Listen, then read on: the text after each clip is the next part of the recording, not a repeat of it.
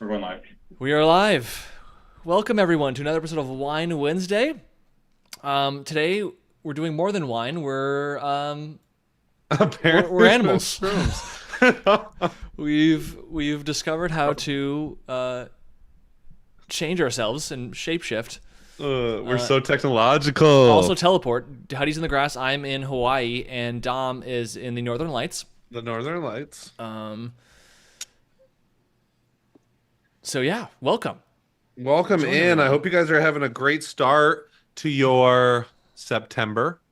So far, 2 green days for me. Following my rules, watch the video lessons. For all you four leafs, check out clovertrading.io if you want to see those video lessons. I know Kyle does his monthly recaps on YouTube. You can always check those out on his channel. Howdy just posted a video last week as well. We're all kind of honing in on our rules right now. I guess maybe not Kyle, because Kyle just makes 100K every month with ease. But we are working on that. And me and Huddy have been writing down our mistakes. We're going to talk about it on Sunday night. So we'll probably get another video for you too, going over those results. But I hope you guys are having a great September. That's weird to say out loud, but we are in September, the final quarter, right? Well, not yeah. Technically, October 1st Wait, is the final quarter. We're the final third. Third. Yeah, we got. I think enforce. I think enforce. I know. I thought the same thing though. Like, I'm surprised they don't. Is there a word like we call a quarter because it's obviously 1/4? But I wonder if there's a third terminology for the year because There should be. Yeah. But Well, yes, welcome hello, everyone. in. Make sure that you hit that thumbs up button. We are, however many are watching, we just want that many thumbs up. That's it. That's all we ask for. As well as make sure you're subscribed. 5.06. What does that mean, mathematicians out there? 5,060? What do you mean? Does that mean 5.06K subscribers is 5,060? Yes. Yeah. Wow. We, in the last week, gotten 60 more. I know. We What just took, I feel like we were like 40 away for like 3 weeks and we yeah. couldn't get It was it. a breakout we had. We go over 5K. Big and breakout. If you're looking at the chart, the line, it would probably be a line chart, but that's Yeah. awesome to see. Let us know where you guys are tuning in from. I guess we can put our faces on now. We've had a good time. Fine. But wait, I gotta go I back. hit video off and it still, it just doesn't Do I go fall in my none? head. Oh, there we go. Yeah, Sad. Nemo I'm says still in the Northern Lights. Shrooms Wednesday. Yeah, right. It will certainly make you feel that way. we aren't on them, but you might. Look at us. Oh, too funny. Huddy's gonna stay. Well, that was fun. Yeah, you already know. That could not be more not the animal for Huddy, like not the spirit animal. Yeah, Huddy, you got to pick a different animal. What's that? Have you What guys is seen the this? Kung Fu Panda Oh, it's movie mustard. where those little bunnies or whatever are like vicious or they're so cute, but they're vicious. That's what I kind of see with Huddy right now. Yeah, or they got like the red eyes. And it's like, wait. Hmm. Mine's not vicious. No, it like looks kind of lull you into a false sense of security and then be a killer. Mm. I think As the about rabbits. oh, there you go. Wait, does the avatar blink when you blink, or No, it's a mind of its own. oh, okay? Because it definitely didn't blink for a very long time, and it makes Huddy look like a psychopath. Anyways, All right, let us know where you're tuning in from. let's start off with starting the usual. generally on What are we time. drinking? Are we having anything? I have a glass of La Belle France. It's a Grenache. Me and Huddy had some Grenaches in Arizona. But that's a French wine, if you didn't know, by La Belle France. That I'm pretty good with my accent, my French accent. Um, Obviously, it's a red, of course. And La Belle France needs no translation. That's what they want you to know. Nice. It has the colors red, white, and blue of France, and it is tasty. I can attest. Nice. I have a Cabernet Sauvignon No, you don't? made with organic Wait, grapes. do you have a red? Yep. Why? You're not gonna be able to have even a sip of that. So I've had reds that I like, and this one was the only one left. However, I have taken a sip. Let me just take a second one to confirm. Oh, yeah. Tough, harsh, but we will sip on it throughout the episode. But yeah, not my favorite. It's also I don't think this is brand new. I know my Flo fiance had a girls' night a few days ago, and this was left over, so probably not it's not the first open for me. So maybe that's why. But It's okay. Does it taste like vinegar? No, it just tastes very strong and bitter, which I don't He like. doesn't like the taste of red wine. It's just unless it's a dessert wine that is more on the pinkish shade. Yeah. Oh, a sherry, if you will. Very. Or I mean, I've had reds I like. It's just they're very. What's the word? Not bitter. They don't have to be sweet, but they're just easily drinkable. Let's put it that way. I Anyways, guess I wouldn't drink as much red wine if I didn't eat steak. So maybe there's a correlation there. well, yeah, they always try to pair the two, right? They do go together, but I do find that when I have fish too, I don't drink white wine. I just don't really ever drink white wine. Alrighty, well, I have a bottle of white wine in my hand here today. I don't have a bottle opener, but I have wine. So, Uh-oh. Do you know how the cheat code with the shoe? well, no, my Shoot. girlfriend's doing a cheat code where she's knocking on every single door of our neighbors and seeing who has a wine opener. Seriously? Get one. That's Wow, what a cold caller there. Yeah, Just door to whoa. door. We've met some along the way. This is from our trip in the south of France this summer from a place called Chateau Capital.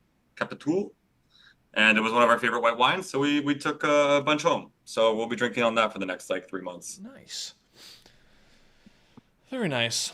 Jackie's is from Utah. Very nice. Double Aaron, Ontario, New York. Lovely.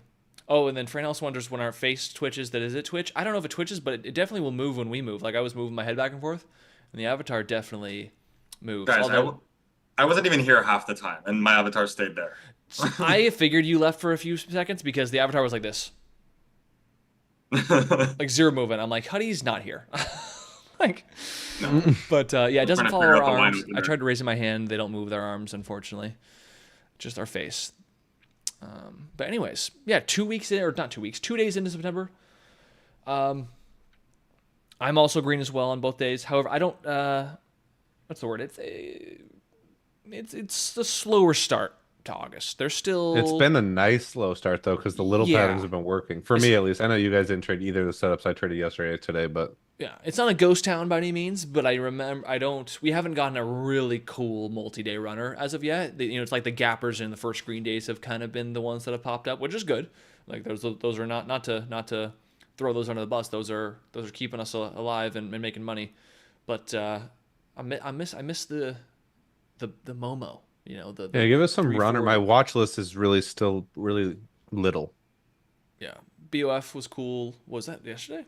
That was Yeah. yesterday. UF's not dead, dude. It's breaking out again. Write it down. Let me see. Let me be the judge of that. Just kidding, as if I'm the breakout judge. No, it's I first mean- day it actually closed red, but Yeah, but it held. It holding the held. breakout level, Yeah. and it feels very TUPE from last summer or the year before. I don't remember what it was, but Excuse me. if tomorrow's back at 350, it's breaking out again. Well, alrighty, cool. I like that. Keep that on the third eye watch list. That's like a second eye watch. Yeah, it's a little bit too close. You're right. Third eye for me. Yeah. Well, you're not buying that in any but any world. any capacity. So it's really a zero. I'll just let you know. Let us know what you guys are thinking, what you're drinking. If you have any questions, the show really does run on questions. So whenever you want to start putting those out, start putting them out. It is first come, first serve. So if you start to flood it in the last 15 minutes, you might not get it answered. You never know when Gratani might show up as well. So yeah, get your questions in. We'll talk about stocks, psychology, anything you want to know. Fran says, curious as to when Dom got out of that one stock, BNRG. I think my average exit was 160 something. But I sold pretty much all of it in the 160s, 170s. Tried that as it broke high day into the 180s. No, I wasn't there for that, was I? How do I get to today?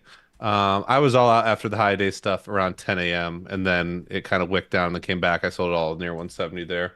So 120s to 160, 70s. It was a pretty nice trade. That's what I'm saying. Like, it's just been one of those slow weeks where I've had like one stock on my watch list, but each day it's worked. So it's kind of a nice slow week because you don't have all this other stuff taking away from it, and you just get to sit on those wins. That was nice. Yeah, Binergy. energy. That was a good green day. I remember you buying it. It was like you were. I mean, you kind of have to be early to get those good entries. I remember when you first brought it up, it was like, oh, it looks okay, and then it's like you just saw the volume coming in as the morning went on. It was like, yeah, looks sick now, But when it looks sick, it's too late. Yeah, this one was pretty good. I should probably do a video lesson or something just in terms of how the entry went because it was. The thing I like about first green is there usually is a pretty good system to follow in terms of how to enter, where to risk, and how to sell. And this one did a really good job of that. Less than what about 10 cents a risk to make 40 or 50. You don't normally get 3 to 5 to 1 on first green days, so that was really fun and nice to see. I love getting paid quickly on first green days. I really expect to get paid in that first hour. So it's better than sitting in these breakouts for multiple days and hoping that all your money doesn't disappear and unrealized. But right, nice trade there. I don't think there was gappers kind of. Oh, Wizza turned into a squeezer. Yeah, hopefully that keeps going. I know. I'm praying for that. It did last time, but it turned into an overextended gap up. I would love that near 6. Yeah, it's not really gapping up much now though. It's at 3 still. So I wonder if Gratani's still in. Oh, there we go. Speaking of the man. Oh, he's drinking right out. Oh, he's got a beer. What's going on? Gratani, can you hear us? Hey, how you going, guys? Yeah, There we go. my computer's muted. Sorry. No, all good. Hey, What's buddy. going on? What's up? You missed the beginning. We changed our faces. I'm sure you have the capability here. Should we show them? Do I? Ooh, Hold that's on. exciting. Yeah, ready? Bring it back. There we go. How do you guys do that so fast? Wow. We have I have a toggle now for it. I can at any time turn it on. There we go. Hold on. Okay. Are you controlling this, or do I have to do it? Yeah, no, you can do it. Oh my! Go to My age is showing here. So go to video and then press the little arrow button on video, Okay. and then you can say show work pick avatar. Oh, sweet. What are you gonna pick? The bunny is taken. That's too bad. The pink bunny. I think there's a non-pink bunny. Oh, hang on. I have to sign in now to use avatars. Oh, bummer. Sorry, All right. guys. No fun. It's all right. Yeah, I don't think I even have a sign in. Do you want to stay like that the whole time? This works for me. We did it for the first 5 minutes or so. It's fun. All right. What's You your can make the background? background there, anything. Oh, That's you a can- picture of laptop. Laptop legend. Pull his face down. So you can I don't see. think you can. Oh, that's funny. You just pick a picture of somebody or any picture. That's funny. You can choose any background. Yeah. That's hilarious. I was trying to find one of you, Kyle. Darn. That does look like laptop though, without seeing his face. He's got a laptop in his hand. Yeah. Be right back, guys. Connie, how's your week Okay. going? Hold on, he'll be right back. BRB. In the meantime, Ty asks, sorry, Dom. Wait, I don't know why he's apologizing to Dom, but It's Kyle, fine. Kyle started it this morning. What are your thoughts on FFIE? Oh, probably because I don't like hearing about FFIE anymore. Oh. What are my thoughts? It's probably going to 0. I might be sick of the stocks that Kyle does his due diligence on and continues to talk about. It's not that I distrust Kyle. It's that I can't stand hearing about it. Like Fifi was fun and all like 3 months ago. Well, it wasn't even fun and all. It was a disaster like 3 or 4 months ago. And he was doing it last week or 2 weeks ago with serve. And it's like serve couldn't be more boring. It's like nice serve. It's like all these things I know Kyle's gonna make 40 grand on. It's like doesn't matter how bad he's doing on the day to day. It's like he's just got this one in his back pocket that he's just gonna pull a rabbit out and make a bunch of money. I have some thoughts on FFIE. They didn't ask you. So my thoughts are Damn it. that it's Kyle's right and it's probably going sub 3 soon. Okay, you can go my ahead. my thoughts are way more fun than yours. Yours are boring. Am I right? Like I love dilution as much as any other person. And from my experience with FFIE, the way I make money on it is just trading it when it's in play and then leaving it alone. And the thing about FFIE that has been consistent is it always comes back. It always has volatility. It always has like range. So I understand like the swing it till 0 thesis on it, but like the way I went about it today was like a simple bounce short type of thesis where I'm shorting into the upper sixes or whatever. I'm risking a daily level on the daily chart, and then I'm covering it when it's good risk reward, in the thought that like this might give me another opportunity later, and I don't want to just be sitting in it while that opportunity manifests. And that's what I've learned from it. Like it continually will give you some type of pattern to go after. So I don't really see the reason to like have to just sit in it forever. Until maybe there's dilution, until there's like concrete evidence that they're like diluting, which I don't think is quite there yet. Right. Yeah, there's definitely something to be said about milking it back and forth. I've definitely, I've minimized in that department. I have not maximized that, so to speak. But yeah, I agree with Huddie. Until there's really hardcore dilution, which I guess I'm being premature in the sense that like I'm 99% positive it's coming, because if it's not, bankruptcy is like they have no cash. Like and I don't mean to say it as like doom and gloom, but it's just the reality. Like whether I'm involved or even knew this company existed or not, like fortunately it's partly such a good momentous trader because there's such a hard cult following behind it. But for some odd reason in the markets, like some of the hardest hard cult following tickers are for some odd reason the worst. It's never the next Apple. And although everyone wants to think so, you look at the balance sheet, you look at the fundamentals, and FFIE is like at this pace, like 2 or 3 months late on the rent. It's just stuff like that where no business is sustainable at that rate. So, it's a fun, again, it's a great trader. It's had 100% move 2 weeks ago, a week and a half ago, 50%, 60% move today. Almost 80% I think at one point. So it's fun, but it's either, I think it's either one or the other, right? And I've chosen to stick to the other, so to speak, of the thesis. Hopefully it goes higher tomorrow. Hopefully. $8 would be great. Like get another opportunity. Yeah. All right. Did someone ask Cortani something before he left again? I just said, how was your week? And then he turned off his camera and I got super self-conscious. It's like when you put up your hand for a high five and they turn away and they never saw it. I'm going full guru. I don't want to tell you about my week. It's not going good. Don't tell us. Keep it to yourself. I'm gonna turn my camera off again. Oh wait, sorry guys, camera difficulties. No, it's been okay actually. Like I'm like turning into a short seller again. Like all my profits are on the short side, and I swear to God, I've lost every long trade. It's ridiculous. Nice. So, Did you I'm try up to like maybe 20K this week, but it's a bloodbath on the long side. Did you trade BOF long yesterday on that breakout? I did. I sold it like $1 too early, and then I gapped some, which did not go so well. Gotcha. And I might still be holding it. And then let's see, what else did I do?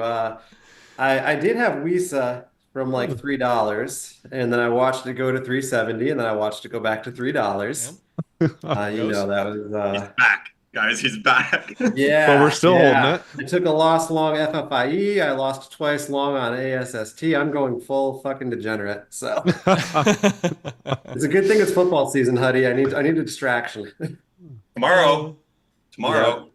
I'm gonna start like DVRing all the games and just watching them during market hours. Is tomorrow another draft, or is tomorrow the first game, being Thursday? Tomorrow is the first game. Yeah. Yeah. I have another You're draft. still using TiVo? What's that? Are you still using TiVo? TiVo? No, I got YouTube TV. Do you remember TiVo? I do remember TiVo. To record the games? Yeah. I was trying to make fun of you. Didn't really land. It's okay, man. I get it. I've had a hard week. Be gentle on me. Oh. Are you guys doing good this week? I might have missed this part of the conversation already. No, we haven't. We talked about that. There's opportunities, but not necessarily how we're doing. I think after today, I'm up like 9K, and it's all from gappers again. So I made a video lesson for Four Leafs talking about how the last week of August was my entire P&L was gap and craps. Like I did not trade a single other setup besides that. And oddly and very weirdly, so far this week, it also has only been 4 gap and crap trades, 2 yesterday, 2 today. So we have just been on a, what's it called? What let me count here? It's like a 13 or 14 trade streak of just gap and crappers. Whoa. So if I had, it was just scary because it's just like if I had not adapted and taken this setup under my wing this year, it's like, what if I had a week and a half of just no trading? I No. haven't done much else. So, but we're I making said money. that in I said that in the webinar yesterday with Huddie. I'm like having some sort of edge on the gappers like keeps you like slow and steady when there's nothing going on in the market because you usually get one or two a day. And if you have that right out of the gate in the morning, and it's win or lose, like it's going to be I'm going to make this much or I'm going to lose 1 hour. It makes you feel better about not chasing the hot runner of the day or doing something Yeah. stupid into the afternoon. Once you have some type of risk on the table, like you're like, okay, I don't really need to go find something to like just get risk on the table. Like I Yeah. chill. Like either this is gonna pay me or I'm gonna have a nasty loss already, and like whatever that's gonna be the day. It's when you have nothing to do for like 4 days that you really start to wonder about Wisa. Wizza. I was in Wisa too, Gratani. I was right there. Yeah. I thought it was I was getting ready to like sell it like around 4, and then I just didn't make it. Oh well. Maybe in the morning. I don't think it's still holding 3, right? Yeah. Yeah, it did a little like fake 3 crack there a little while ago, and it's back above again. So who knows? So have these overnights, are you just really laissez-faire with them? And like BOF, I don't know how you're still in that. Do you just like not look in after hours? No, I look way too much. I get Oh. like stressed out. Like I keep doing the same stupid thing. Like, I take an amount of size where there's no way in hell I can get out after hours, like like if it's going against me. So it's like, well, I'm committed. You're in it. Yeah, you're here. Yeah. Oh my god, that's too funny. No, it's yeah, like it's really annoying because it's like I don't know, like I'm like, where the hell is my like gap edge gone? Like it feels like such a crapshoot these days. So Yeah. I'm gonna like do like a meticulous spreadsheet about like which ones gap up every day and like track every freaking element of it I can and try to see if there's some common thread. Yeah, they haven't been. I'd I mean, like to see that because I've never found an edge. Yeah, I did like tons of volume analysis. I couldn't find it, except for like the ones that trade like the stupid amounts of volume. But we haven't really seen any of that lately. It's probably just like some handful of guys controlling the action, being like, which one do we want to gap? Like, they buy up 25% of the float after hours kind of thing. Right. Like between 4 or 5 of them so they don't have to file anything. Could be. Or they all short into strength in the afternoon and then make sure it gaps down 20%. That probably is like who's running the small cap market these days. Don Juan in on it? I'm just kidding, but he is a resident gapper specialist in the Is he? room. Okay. I've got to hear He was in Wizza with you. It seems more cyclical than anything. I mean, as far as like I've seen this year and watching Jack usually got a good read on them, but it seems like he kind of knows when to pull back and just exit and wait for something to kind of spark everything, like a 400, 500% runner of some sorts, sector type of thing. Right. Yeah, no, I definitely agree with that. The cycle can really help or hurt you. September, man. Yeah. It's 2 days in. How do you I don't know. relax? Do you have the same thing where it's like throughout your career you've seen what are your better months? Off the top of my head, I would say like first 3 months of the year, January, February, March. Yep. That like I've just got a few that stick out to me, like when I think about those months, but like I don't know, I don't have hard data to back that up. It's just what I think of. No, I would agree with that. That's definitely mine. Definitely February for sure. January is always good, but February. I think February, yeah, it's still my best month from 2021, like by far, like not even close, by like over 100 grand. February. Do you think that was because it was February or because it was COVID? Well, it was both. It was literally. I mean, it couldn't have fit more perfectly. It was the peak of COVID trading.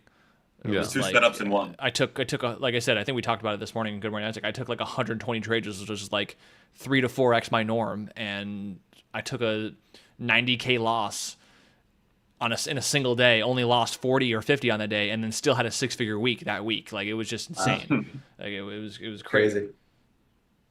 So Those were the good old days. yeah. All right, back to the chat over here. 1, 2, 3, drummer Max. 1, 2, 3. How do you hold winners longer? Practice. Don't click the sell button. Wait, Yeah, what? like I mean, look, Gertani can tell you he's doing it right now.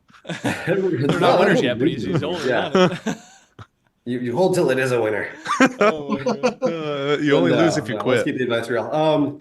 Like ASST, I was pissed at myself when I sold that yesterday because, like, yeah, I said I sold it, or not ASST, BOF. Off.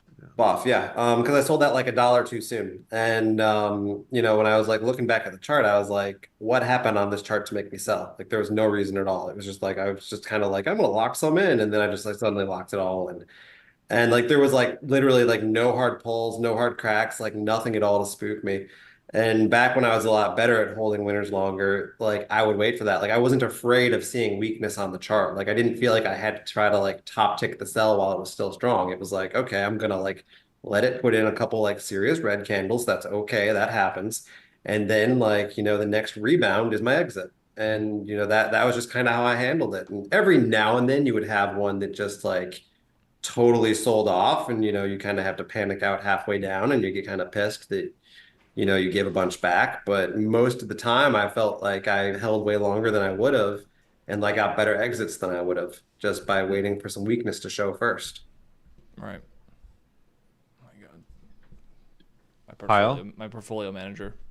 Goodness gracious. Just, You need to put him in a cage. Yeah, he's just all over my crap. He's trying to drink the wine, dude. He wants some fun, but he's not allowed. I always think of like time frames, right? Like there's I mean, again, I'm not really a scalp trader, so there's very few times where like I buy a stock and I want to sell it 5 minutes later. Right? I generally want to give the stock the best chance to kind of like consolidate and choose its next direction, and that's usually like a, I don't know, 30-45 minute process where I'm just allowing it to work itself out.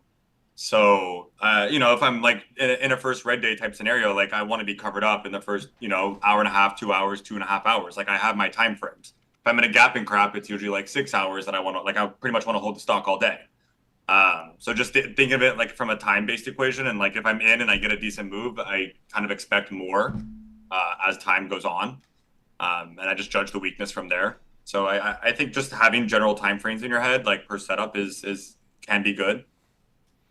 Yeah, to add, I mean, it's not just time frames, but just expectations, right? Like I know when I trade a certain setup, I have a general framework for how far I think it's going in either direction, right? And it can be tough with breakouts because, right, you may think and expect, okay, a breakout works, breakouts typically work for me 20%. Like I get a 20% return. But yeah, there's just some breakouts that will go bananas and some that won't. So it's hard. It's a bit harder for the long side for sure versus like a first red day. You're rarely going to see a first red day down 30%. Like you're generally going to be able to gauge between the 10 to 20% range. But, well, it's also like, I think having your plan figured out before you ever get in the stock, right? Like a lot of times, like let's bring up the monkeypox situation, like just a couple weeks ago. Like when I'm thinking about buying breakouts in that sector, like I already kind of know that I want to swing it because of how much news can transfer overnight or how much chatter can happen. So I kind of have that part predefined. That way, like when it starts going 10, 20, 25% in my favor, I don't really have in my mind I want to sell this thing. I'm more thinking like just start sitting and going sideways and consolidate so that you have a chance to gap. Because if it does push too far, I'm going to have an itchy, trigger finger. But my intentions are already set. Before I get into the trade, like if I want to swing and it starts going my way, I'm not like trying to get out immediately. I want to follow my plan. Yeah. There's a lot that goes into it for me, and it's going to vary person to person. I think your stats also matter a lot in terms of what do you need average winner to average loser, and how patient do you really need to be to make sure that you're a profitable trader. And it's really different on the long side than it is the short. I think short side it's a lot easier because you generally have a lot of areas that the stock has traded at below to base support and resistance off of, to go, okay, we're down 10 or 15% a day, and there's this giant level of resistance from before that's probably going to start acting as support, and this is a good spot to take some off. Whereas on the long side, even like BOF yesterday, I was in from the 250s, and you kind of have two lower volume resistance levels at 320 and 360, but that's really all there is on the chart. And, for me to base long biased price targets, I usually start with kind of what Huddie said. Do I want to swing or do I want to be out really quickly? And usually that has to do with the type of the stock, like, and the volume. If we're a daily chart that doesn't have a lot of history, we're not really proven to go on runs, not proven to go on multi-day moves, then I'm happy to take my 20 to 40% move on. In other situations like BOF, where we have a history of a big gap on day two on good volume. My kind of initial thought when I bought it was I am totally okay swinging this, and that was like at 9:40 a.m. Not saying no matter what I'm going to swing it, but by having that mindset, I think I probably lasted longer than Grittani because it needed to That's what do she said. more to get me to force myself out. And once we started to go through that 320, 340, I think I averaged sold like 360s. And my last sell was at 4 because 4 was kind of my main profit target where if it gets to 4, I have to sell. And that was the goal if I had swung it and it went to 350 the first day and then I got to swing it and went to 4 the second day. But when they give you that big of a move right out of the gate, that was probably 80% past the breakout, something like that. I'm happy to take it off. But by having the profit target based on the daily chart or off of how far I think the stock can run, it usually gets me to last a little longer than just selling because I see green and I'm finally up on a stock. Excellent. Excellent. Ty clarifies with the FFIE question. He goes, do you think it has a chance to run again or too dilutive?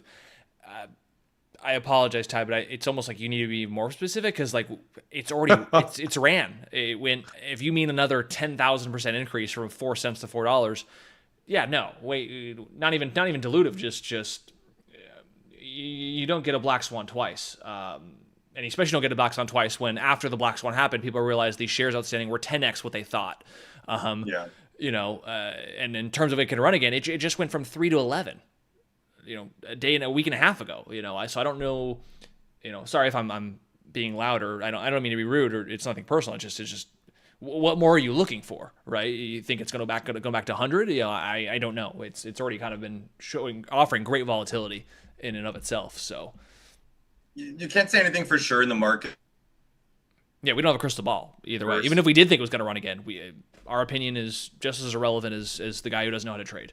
I've looked at a lot of these post-reverse split stocks, and what is very common is, especially on these dilutive tickers, you generally see some type of run recently, like recently after the reverse split happens, and that tends to be like the topping area. Like can it come back and maybe like mess with the area for a little bit? Yeah, but like when you zoom out of the chart and look big picture, like what usually comes next is dilution, and maybe it's not there yet, and maybe they have another like gas of energy in them, but generally like this top is kind of like the top.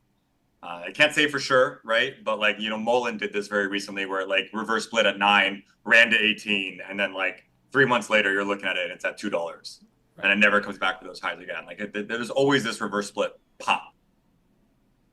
Yeah, good answer. That's true. Which it's already had. Dom, do you want to? You can take over. Let's Next see. one. Greg asks, can you guys talk about Jack's new service? I'm curious if Sykes is involved at all, and I know what I know about Sykes, but you guys don't have anything to say much about it. I mean, yeah, because partly, my point of view is we don't have, we're not in it, we're not part of it. Do I think Sykes is in a part of it? No, I don't think so. I think it's all Jack. I know it's more alert based, so he does not like it's a room. I think he makes videos or like one video every couple of weeks, I've been told. But it's really mainly like an alert service. And we don't talk about it because it's his service. We're not going to steal his thunder and try to, I don't know, make it our own because it's just not. It's two separate things, right? There's Clover and then there's Jack's service. So I don't know if you guys have anything else to add to that or any information that I don't have. But there's a website out there. Go find it and ask their support. Anything true. you want to know. We are not in charge of it. Yeah. All right. Cheyenne, I want to hope. Shane, obviously. Shane. Dom, how is your processes of keeping track of tickers that are getting primed for first green days and not missing out on their move? This one's really easy. You just keep stocks on your watch list until they're absolutely dead. I have a list on my broker, and I just kind of slide the most pressing stuff down. Like something like, what was on my watch list? BNRG was the first green day for me today. A reversal, actually. This one's out of Grittani's because it ran 300%. Reversal. And it once it goes on a big enough move, I know that once it has a red day, it's going to qualify for a first green day, but I know that's not yesterday, so I don't need to watch BNRG really closely yesterday. But at the end of yesterday, when I'm making my watch list at 8 p.m., I go through all the stocks that have ran over the past week, and then I move, from the top back to the bottom and go, now it fits as a first green day. Now it fits as a reversal, and it meets the criteria for it. So just like, first red days are kind of easy to keep track of because you just got to wait for the stock to go red. First green days are nice because once they have their first red day, you just keep an eye on them going forward every single day.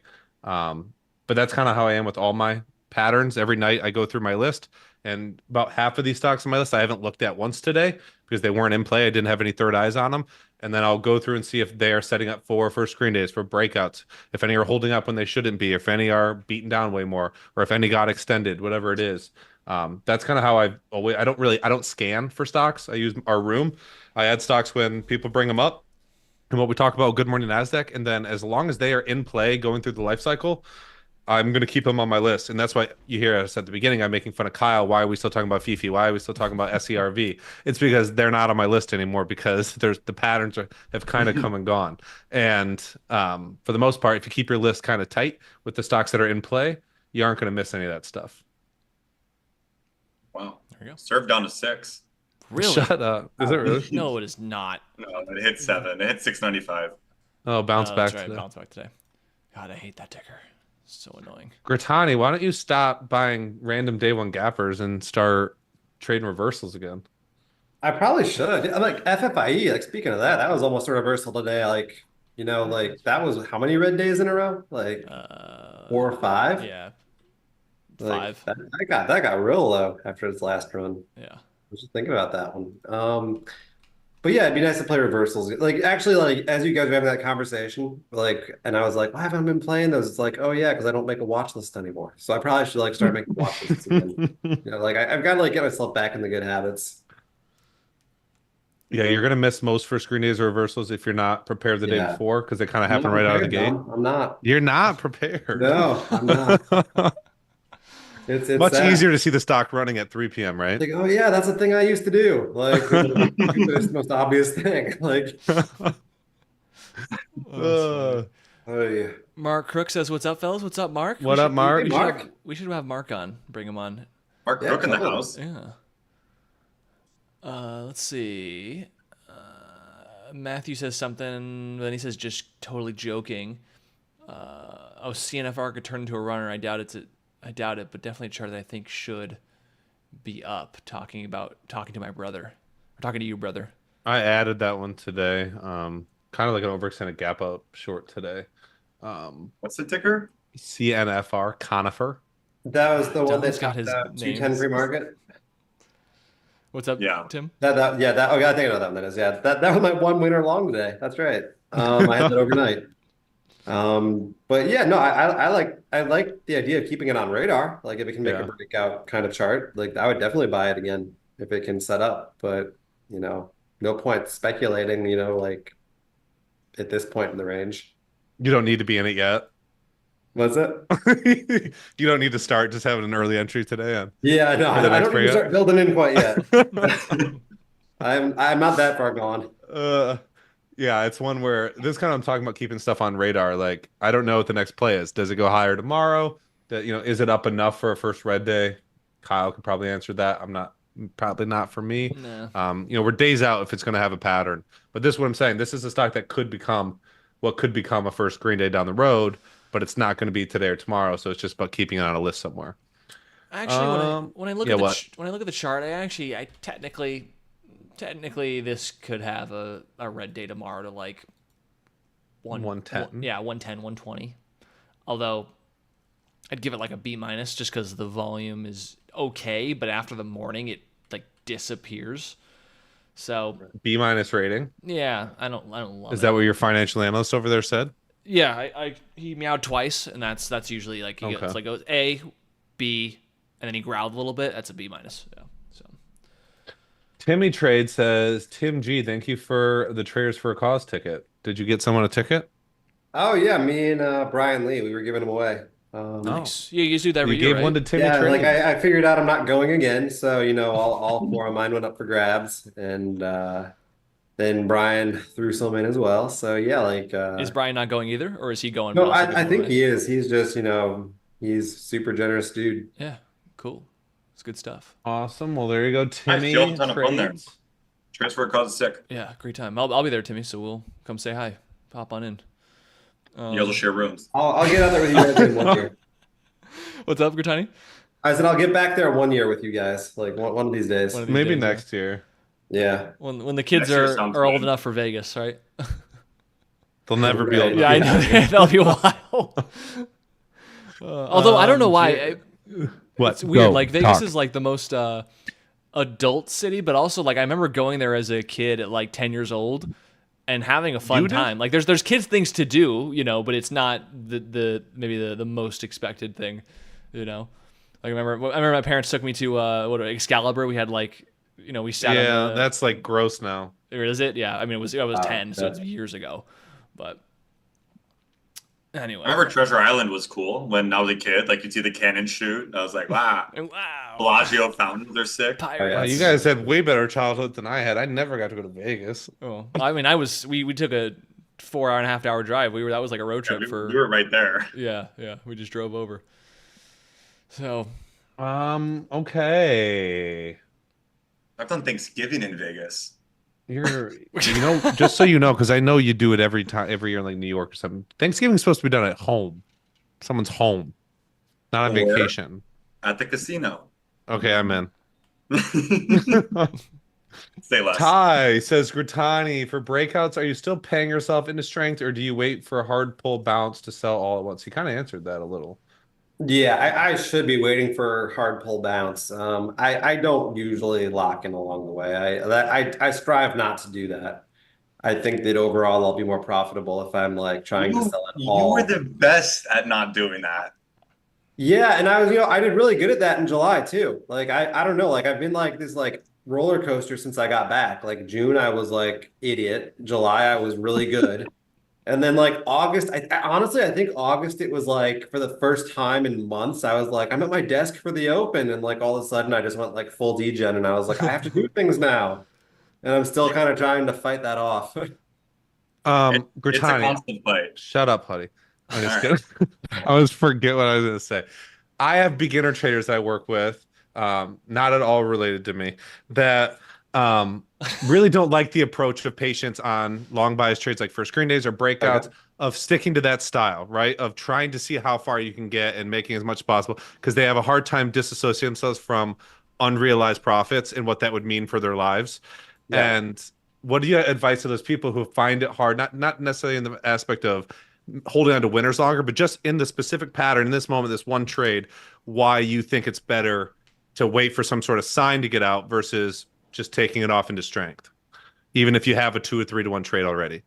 I think it's the only way the strategy makes sense, like in terms of risk reward, just because, longs you have a lower win rate just inherently. And so the way you balance that out is you need your winners to be bigger than your losers. So if you're scalping out of your winners because you're so happy to be green, like, it's just the math is not gonna math out in your favor. Yeah. That's what I say. All right. All right. Have you ever went through a stretch in the last few years where you like feel like you were doing that really optimally? Like for a month or 2 in a row, you were like really patient and you didn't really pike out early or anything, and it really was rewarding for you and reminded you why it's important to do that? Oh yeah, definitely. Like I've had plenty of flashes of that in the last couple of months. Like FFIE, I had really good sells a couple of times on that. GOVX. Gosh, what else? I'm missing. Like BOF was like the first one I really screwed up in a while, which is why I was pissed at myself today and probably went on tilt a little bit. I don't know, but point being, like I do a decent job with it still. And yeah, you overstay sometimes, and it sucks when you do. But it's a double-edged sword. Like that just goes along with the territory. It is, and it does. Okay, that answers that one. Timmy says, Kyle, are you monitoring Lumen? I'm about to put it on the no trades list. I would agree with that. I have had it on the no trades list since August. 0405, yeah. Yeah, since August 13th. I haven't touched it or barely looked at it since. It's why I talked about this in my recap, and I think in a video lesson or two, or even a webinar. Like, it's just one of those ones where I look at the chart, I felt like I make money, and then I look at all of my trades added up, and I'm like break even on it. I just one where I made good money on the first red day on the what was it, 11th or on the 8th, but the small losses that just added up practically every other day that I traded it just dwindled that to zero. The 8th is kind of the dream for CFNR for the first red day that we were discussing earlier. Yeah, that's what I think CFNR could offer. I just don't know if it's liquid enough to really get crushed, but it's extended enough. This one had a lot of liquidity. Holy shit. 200 million? Lewin? Yeah. Lewin was a big boy. But yeah, I haven't touched it in weeks because I'm sure what you've realized is it's a pain in the butt. So no trade list for me. So I totally don't blame you for putting it on that list. I deleted that one days, or actually, well, God, you look at these charts and you think, has it really been that long since we were watching it? Yeah, right. So it's coming up in a month. That kicked off August. Now we need another ticker to kick off September. I had a dream last night that we're gonna have a big runner soon. So, did you? Yep. Wisha. Is it WISA? Yeah, WISA. I thought it was gonna be WISA today, but I also thought it was gonna be BOF yesterday. Yeah. Maybe FFIU is going back to 100. Right. That would be hey Kyle, what would it be if it went to 100? Like pre-split or pre-split. Pre-split. 100 would be $4. like So 150 would be Stop $4. 100 would be about 3-ish. Do they know that in the subreddit? They can dream about it. Oh my God, that's so depressing. Reverse splits are so damaging. Yeah, it's Oh crazy. my gosh. Yeah. Gritani, my own personal question again. Yeah. My questions are more important than their questions. Do you buy these when you buy these swings? Are you buying them in a broker that you can sell at 4 a.m.? Are you selling at 7 a.m.? No, Okay. I'm not going to be awake at 4 a.m. I know myself. Okay. I'm thinking about that though. I think I'm getting close to the end of my E-Trade days. I do every now and then just get annoyed by the fact that you can't sell there until 7 o'clock. Like that just seems wrong. It should be a one size fits all kind of thing with these rules. Like it's ridiculous. Especially a broker as big as E-Trade. Like what the hell is their excuse? Like there's no reason. Absolutely no reason. Yeah. Okay. That was my question. I forgot. I'm not going to find that in the chat. Someone said, what was your entry on Binergy today? My entry was what, 125? Yeah, 125. I'd only be down 3 cents a share right now if I held all day. Amazing. Yeah, the 5-minute high break. Praise and glory to Tim Gritani for showing me that in trading tickers too. Very nice. 10 cents a risk. That's my short miss of the day. What'd you say? I said that's my short miss of the day. Shorten that after. Yeah. Yeah. Yeah, I was like at a coffee shop and I was like getting ready to short it, and then we had to like basically like leave in a rush because it was like some repair people were going like on their way to our house like 2 hours early. So I bailed, and when I got home it was dead. I was very sad. Which ticker? BNRG. Right? Did I say that right? Binergy. Binergy. Yeah. That's I remember when I was in college, like my biggest losses were always the ones where I was like, hey, let me go in between this class to the next class and just leave this position on. And when I get to the next class, we'll see where it's at. Oh yeah. Those were always really bad losses for me in the beginning days. I would be in class holding like those sketchy, like pure pump and dump OTCs, and it was terrifying. I remember trying to panic. I was trying to like buy a panic on LEXG, I think was the ticker. It was like one of those really sketchy lithium ones from way back when. And I was like shaking. Like I couldn't like hit the buttons on my phone. It was too much. Did you not have laptops in class? Some classes did, some didn't. No. By the time 2014 came around, like it was mandatory you had laptops in class, and so I missed the good days. Okay. It was really hard to pay attention for like my whole junior year. Yeah. I would like make a trade and I'd have to like, they'd be like, all right, like Huddie, come give a presentation. So I'd go give my entrepreneurship presentation. I'd leave my position on with a stop loss, and I'd come back and I'd be up like $5,000, and I'd be like, what am I doing here in college? Like, Yeah. what am I doing?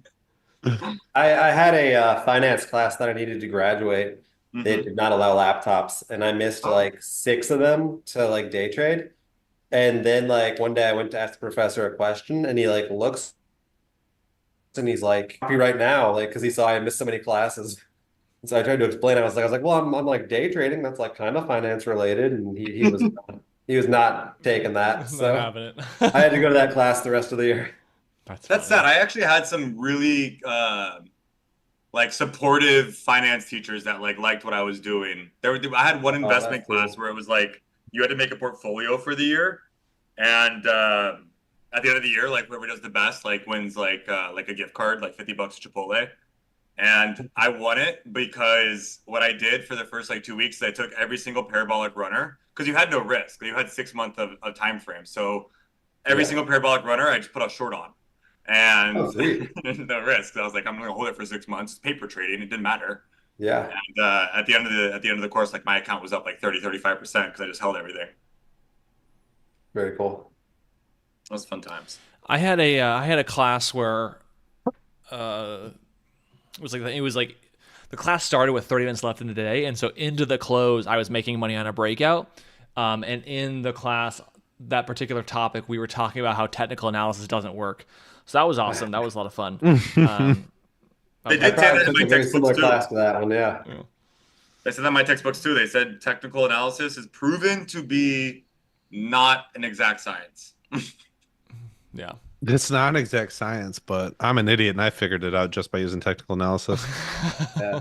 That's literally all I do. I still don't know how to read a filing.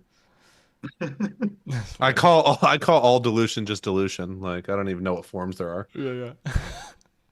All right, let's speed round through the questions. We got like 4 minutes left here. Alrighty. We'll make it 6. Yeah, lead the way, Dom. I forgot where we're at. Matthew knows that I was talking about him. Good, he needs it. What do you guys call the subsequent bounce after the first Green Day reversal? Wait, what? Bounce? After subsequent there's a bounce bounce? after the first Green Day reversal, like that. That's usually when I delete it. Right, that is the bounce. The first Green Day reversal, like, is the bounce. And then maybe there's the bounce short after that, and then Yeah, if they go higher, should fade off. Yeah. But yeah, I don't know if you're talking about like a bouncing ball, Continuation. like a bounce to the bounce. Like if like FFIE faded back to 3 after this and then like went to 450. Right. Like, maybe- Yeah. Yeah. The secondary bounce. The one I expect to be weaker. Right. Which is typically the case. Every bounce therefore after is not always, but What are you guys looking Usually for less in a breakout chart? You're gonna have to head on over to clovertrading.io for that one. That's gonna take all the 6 minutes if we do that one. yeah. If you haven't yeah, there's information on that. Like Clover or Clover Academy on the website. Go to the shop, go to Clover Academy, just type in the code free.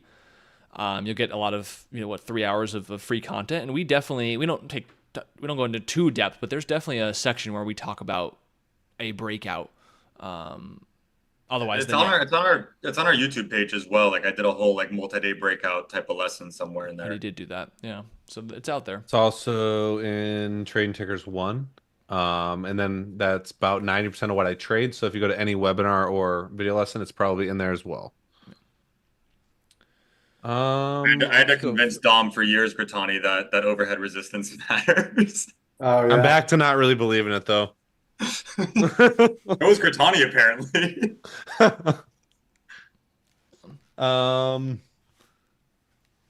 Someone wants to see a Roland Wolf here. Yeah, he's I think mad at me right now for our fantasy football draft. Who? You only sent like 'cause 5 he- reminders, Huddy. Come on.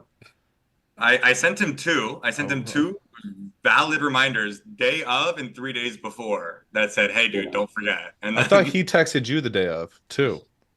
no, I texted him. I said, "Hey, tonight, it's tonight, and then it was tonight, and then an hour after he was mad because it was tonight." And I texted him and he didn't respond to me, so I think he's mad at me. All right. We'll get over it. We're brothers. We get mad at each other. Hey guys, what would be a reasonable locate price to pay as a percentage of the price, or enter something? I can't read this word because the hearts are over it. In terms of potential profit percentage. Yeah, it really depends on the setup, and I'm sure everyone's gonna have a different number. But like where I really kind of start drawing the line is like around 5%. Whereas where I really think like Wint today was one that I missed because like I really didn't know if I wanted to pay 5% or 4% locates on something that I thought was pretty dilutive. And I missed it. And it was totally the wrong call. Like, oh my God, it was the wrong call. So yeah, it really is an expectation of reward, and like, is it worth it? And like, if it's a $5 ticker and it's 20 cents of locates, but you think there's $2 of downside, well, like 20 cents of locates is probably not going to like ruin the risk reward equation. Whereas if it's like 50 or 60, okay, now we're getting into like problematic areas. Right. It's just a matter of your risk. Yeah, generally I do 2%, but it's pretty discretionary. Like today on what is 2% point of the ticker? So if it's If it's a $5 stock, 2% would be 10 cents. Yeah. And it's almost so silly that I have that rule. It's important because it saves me from expensive borrows, but in some cases it's silly. It's not a hard cutoff, but sometimes it is. Like perfect day on WINT, $5 ticker, gapping up to $5 pre-market. All the borrowers are like 10, 15, 20 cents a share. So I'm like, that's, if I follow the 2% rule, this is too expensive. However, there was a locate for 9 cents, and I said, all right, let's do it. And it's just silly because had it stayed at 10, I probably wouldn't have taken it. Yet I made $2 a share on the short. Like I shorted at 5, I covered at 3 practically. So it's silly because like, would I have let 1 cent get in the way? I mean, probably. When I look at back hindsight, like I wasn't prepared to borrow 10 cents, but I saw the 9 cents. I was like, oh, okay. So it's think about the reward, right? Like it's so silly to think about 1 penny a difference when you have $2 a range to the downside. Right. The problem is it's like you don't know that. Do I think it's still silly for 1 cent? Of course, but it's easier for me to know that I got $2 a share after the fact. But also, Huddie was more convicted on the play than working than I was. It just I was worried of paying too much and then still taking a loss after that, and that's kind of why I have that 2% rule. It's like that makes me feel at least better that if I do take a loss on it, the loss isn't like half in borrow fees. It's usually fairly small. So that one really bothered me today that I didn't take it. He was really mad. So convicted, Huddie, and then I took it, you didn't. I woke up and I saw the situation. And I said, "Oh, this is too a crazy fee, though. That is a really steep fee." Yeah. It's just so annoying. Well, and it's annoying because like a lot of these low floats like that people claim to like you don't want to short them. The reality is like a lot of these companies are low floats for the reason that they're horrible companies. It just sucks that like it's catch-22 that the low floats can like not only have high locate fees, but like you can also like get squeezed and then there's slippage and like they can be bad losses. Like they can be for sure. But a lot of them are up to no good. If I don't like the number, then I just won't borrow it. Yeah. Yeah, I just look at the lowest one that they're offering, and I risk between $600 and $800 in a setup right now. And if it's like $78, I'm like, what? This is a ripoff. Inflation's out of control. And then I just don't go back and look at it. Do you guys have multiple brokers you short at? I don't right now. I don't. I just have Center Point right now. Yeah. Huddie, where are you? What? What are you at? Are you Center Point? I'm at Center Point. What I realized is like between Center Point and Cobra and Guardian and like it doesn't matter who has the 50% off locate deal when you sign up. Like they're all kind of the same because like even if they're 50% off, like all of a sudden their locates are twice the price of Center Point. So the broker game isn't as important as it once was. Like in 2018, 2019, I remember it being like a stark difference between like who had the locates and who didn't. Whereas I think they all kind of have them evenly priced right now, and they all kind of have them.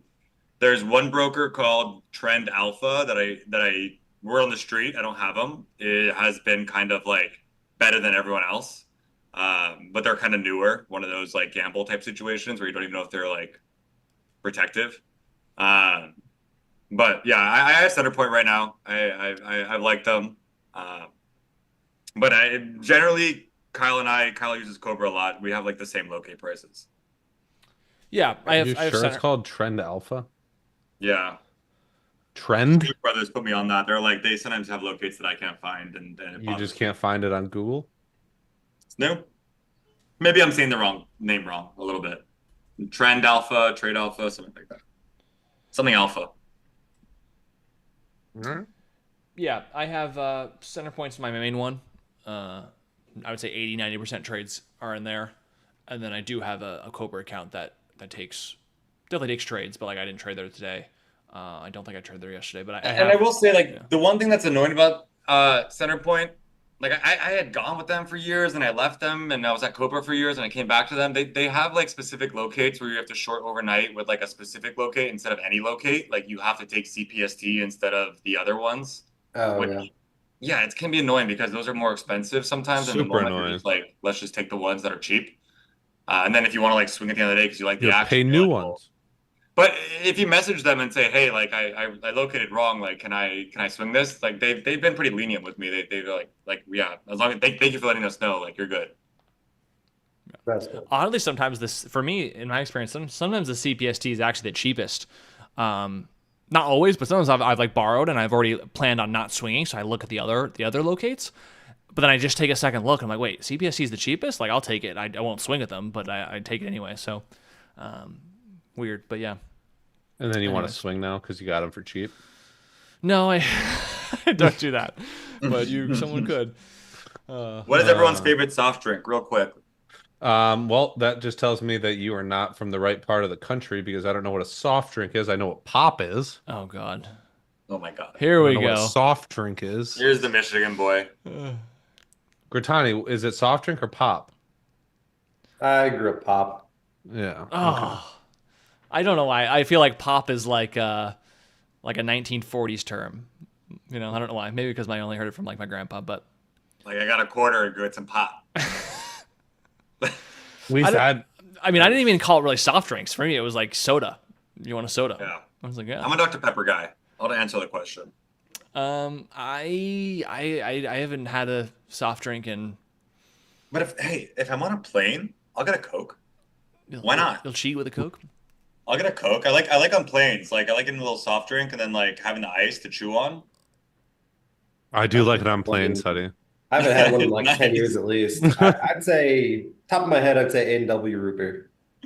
There you go. Yeah, Root I beer. haven't drinking one in probably a decade. I'd love to have a root beer float. That's something I haven't had in years, and those are I've been craving one of those. yeah, actually, Vanilla ice cream. Oh, yeah, I guess you would call it a soft drink. My fiance, she loves the what are they called? It's root beer, but it's the new brand. Olipop or something. Yeah, it's not Poppy. It's the other Ollie one. something. Maybe just Ollie. Yeah. But yeah, she gets the root beer flavor, and it's pretty good. I've had a few sips of that, but Virgil's Poppy is root it beer. called? That shit's bomb. That in chat. I don't really ever drink pop, but I when will I s- do, it's because I'm going to the movies and I get Barg's root beer. I will say when I did drink soda, it was Shirley Temple's all day. Oh my gosh! Yeah, it Can we was- get one next time we're together? Can I we all will, do a I round will of Shirley happily Temples? drink one with you, Dom. You get one with me, I'll have I Shirley can already Temple. feel the headache. Oh 7-Up and some grenadine. Oh, sign me up. It was great. gosh! The episode good where for Michael's me. the Office, and he's like trying to like hit on a girl, and they're like, "What are you drinking?" He goes, "Grenadine." Oh god. I also like sparkling water. Right. Oh, too funny. All right. Anyways, what's up? Let's bud? close it out. How many likes are we at, Kyle? We have why can't I see? Oh, 44. Ugh, we have 81 watching. We do. We're not ending it until 6 more of you like it. Ah, I don't think I guess that could work in reverse, huh? They could not like it to stay on. Right. Like everyone just Like like it to get rid of us. get rid of the like button. Yeah, it stays at like goes down to 5. Oh, too funny. Well, it's been fun. It's been great. Thanks for Tony for joining us. yeah, of course. Yes.